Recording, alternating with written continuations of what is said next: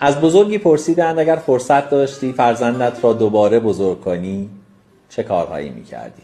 پاسخ داد: اگر فرصت داشتم فرزندم را دوباره بزرگ کنم، به جای اینکه دائم انگشت اشاره‌ام را به سوی او بگیرم، آن را در رنگ فرو می بردم و با او نقاشی می کشیدم. به جای اینکه هنگام بازی مدام ساعتم را نگاه کنم، او را نگاه می کردم.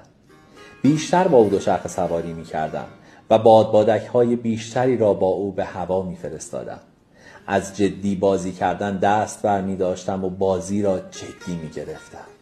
در چمنزارهای بیشتری با او می دویدم و با او به ستارگان بیشتری خیره می شدم.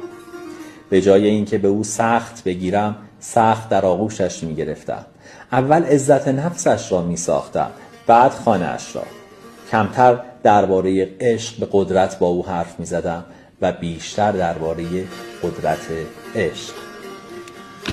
شما اگر فرصت داشتید که فرزندتون رو دوباره بزرگ کنید چه کار